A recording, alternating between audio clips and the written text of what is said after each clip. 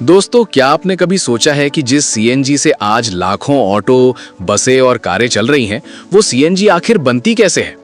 आज के समय में जब पेट्रोल और डीजल की कीमतें लगातार बढ़ रही हैं, तब एक ऐसा ईंधन भी है जो ना सिर्फ सस्ता है, बल्कि पर्यावरण के लिए भी काफी बेहतर माना जाता है, और वो है सीएनजी यानी कंप्रेस्ड नेचुरल गैस। लेकिन सवाल ये है कि ये सीएनजी आती कहां से है? क्या ये भी पेट्रोल की तरह जमीन के नीचे से निकलती है या इसे फैक्ट्री में बनाया जाता है? और सबसे बड़ी बात, आखिर ये गैस फ्यूल स्टेशन और गाड़ियों तक पहुंचती कैसे है? तो दोस्तों, आज की इस वीडियो में हम आपको शुरू से लेकर अंत तक सीएनजी बनने की पूरी डिटेल्ड प्रक्रिया आसान और मजेदार तरीके से समझाने वाले हैं। लेकिन उससे पहले एक छोटी सी बात, अगर आपको ऐसी जानकारी भरी वीडियो पसंद आती हैं तो वीडियो को अंत तक जरूर देखें, क्योंकि आज आपको ऐसी बातें पता चलेंगी जो शायद आपने पहले कभी नहीं सुनी होंगी। चलिए अब बिना समय गवाए शुरू करते हैं। दोस्तों, सीएनजी की पूरी प्रक्रिया को समझना आसान बनाने के लिए हमने इसे 3 हिस्सों में बांटा है। पहला, नेचुरल गैस, जो सीएनजी गैस का ओरिजिन है, वो प्राकृतिक गैस कहां से आती है और उसका फॉर्मेशन कैसे होता है। दूसरा, इस गैस को सीएनजी में कैसे बदला जाता है। और तीसरा, ये गैस पहले फ्यूल स्टेशन और फिर हमारे वाहनों तक कैसे पहुंचती है। तो सबसे पहले समझते हैं कि आखिर नेचुरल गैस बनती कैसे है। दोस्तों, नेचुरल गैस भी पेट्रोलियम की तरह एक फॉसिल फ्यूल है, यानी इसकी कहानी भी लाखों साल पुरानी है।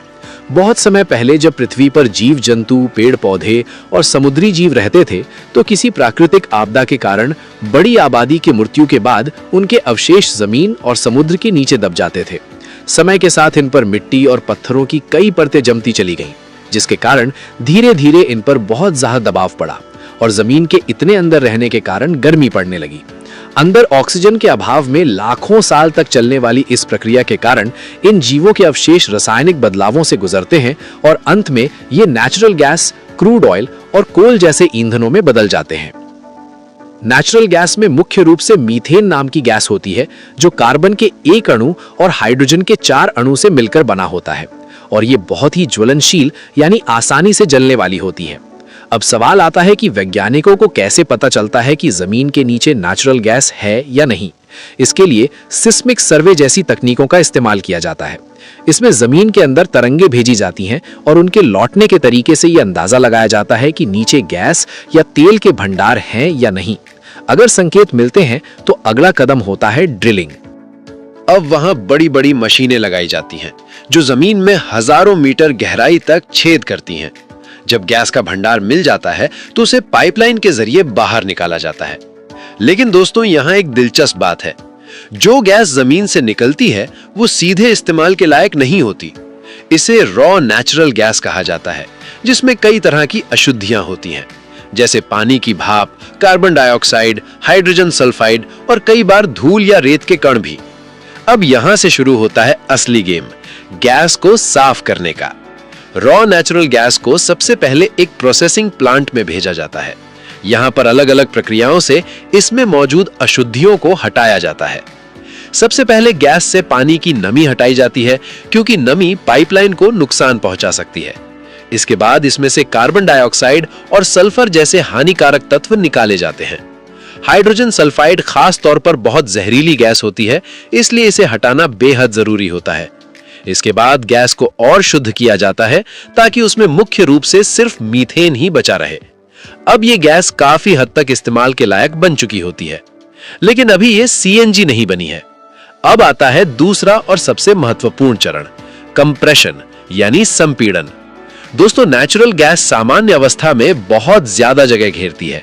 अगर इसे ऐसे ही स्टोर किया जाए तो इसे ट्रांसपोर्ट करना बहुत मुश्किल हो जाएगा, इसलिए इसे हाई प्रेशर पर दबाया जाता है। यही प्रक्रिया कहलाती है कंप्रेशन। इसमें गैस को लगभग 200 से 250 बार तक के प्रेशर पर कंप्रेस किया जाता है। आपको जानकर हैरानी होगी कि इतनी ज्यादा प्रेशर पर गैस का वॉल्यूम लगभग 200 गुना तक कम हो जाता है। यानी जो गैस पहले बहुत ज्यादा जगह घेर रही थी, अब वो बहुत छोटे सिलेंडर में आ सकती है, और इसी कंप्रेस्ड गैस को हम कहते हैं सीएनजी। लेकिन दोस्तों, अभी भी ये गैस सीधे आपकी गाड़ी तक नहीं पहुंची है। अब आता है तीसरा चरण, डिस्ट्रीब्यूशन यानी वितरण। सीएनजी को 2 मुख्य तरीकों से लोगों तक पहुंचाया जाता है। पहला पाइपलाइन के जरिए और दूसरा सिलेंडरों के जरिए। बड़े शहरों में नेचुरल गैस को लंबी लंबी पाइपलाइनों के जरिए अलग अलग इलाकों तक पहुंचाया जाता है। इन पाइपलाइनों का जाल जमीन के नीचे बिछा होता है। ये गैस पहले सिटी गैस डिस्ट्रीब्यूशन नेटवर्क तक पहुंचती है। यहां से इसे सीएनजी स्टेशनों तक भेजा जाता है। सीएनजी स्टेशन पर बड़े बड़े कंप्रेसर लगे होते हैं जो गैस को फिर से हाई प्रेशर पर स्टोर करते हैं। जब आप अपनी गाड़ी लेकर सीएनजी स्टेशन पर जाते हैं तो वही गैस आपके वाहन के सिलेंडर में भरी जाती है। अब बात करते हैं दूसरे तरीके की, सिलेंडर ट्रांसपोर्ट। जहां पाइपलाइन नहीं पहुंच पाती वहां सीएनजी को बड़े बड़े सिलेंडरों में भरकर ट्रकों के जरिए पहुंचाया जाता है। इन्हें कैस्केड्स कहा जाता है। ये ट्रक अलग अलग सीएनजी स्टेशनों तक गैस पहुंचाते हैं। दोस्तों, अब तक आपने समझ लिया होगा कि सीएनजी बनने की पूरी प्रक्रिया कितनी लंबी और टेक्नोलॉजी से भरी हुई है। लेकिन अब सबसे बड़ा सवाल, सीएनजी को इतना बेहतर क्यों माना जाता है? सबसे पहला कारण है कम प्रदूषण। सीएनजी जलने पर पेट्रोल और डीजल की तुलना में बहुत कम धुआं और हानिकारक गैसें छोड़ती है। इसमें सल्फर लगभग ना के बराबर होता है, इसलिए यह पर्यावरण के लिए काफी सुरक्षित मानी जाती है। दूसरा कारण, इंजन की लंबी उम्र। सीएनजी एक साफ ईंधन है, इसलिए ये इंजन में कम गंदगी छोड़ती है। इससे इंजन जल्दी खराब नहीं होता। तीसरा कारण, सस्ता होना। क्योंकि नेचुरल गैस की कीमत कई बार पेट्रोल और डीजल से कम होती है, इसलिए सीएनजी का इस्तेमाल किफायती पड़ता है। लेकिन दोस्तों, हर चीज के दो पहलू होते हैं। सीएनजी के कुछ नुकसान भी हैं, जैसे सीएनजी स्टेशनों की कमी, गाड़ी में कम स्पेस क्योंकि सिलेंडर डिक्की में ही लगता है, और लंबी दूरी के लिए थोड़ा कम सुविधाजनक होना। अब एक और दिलचस्प बात, क्या आप जानते हैं कि दुनिया में सबसे ज्यादा नेचुरल गैस किन देशों के पास है? रूस, ईरान और कतर जैसे देशों के पास नेचुरल गैस के बहुत बड़े भंडार हैं। यही कारण है कि ये देश गैस के बड़े निर्यातक हैं। भारत में भी नेचुरल गैस का उत्पादन होता है, लेकिन हमारी जरूरत के हिसाब से हमें काफी गैस बाहर से भी मंगानी पड़ती है।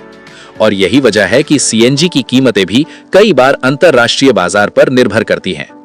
अगर पूरी प्रक्रिया को एक लाइन में समझें तो सीएनजी की कहानी कुछ ऐसी है।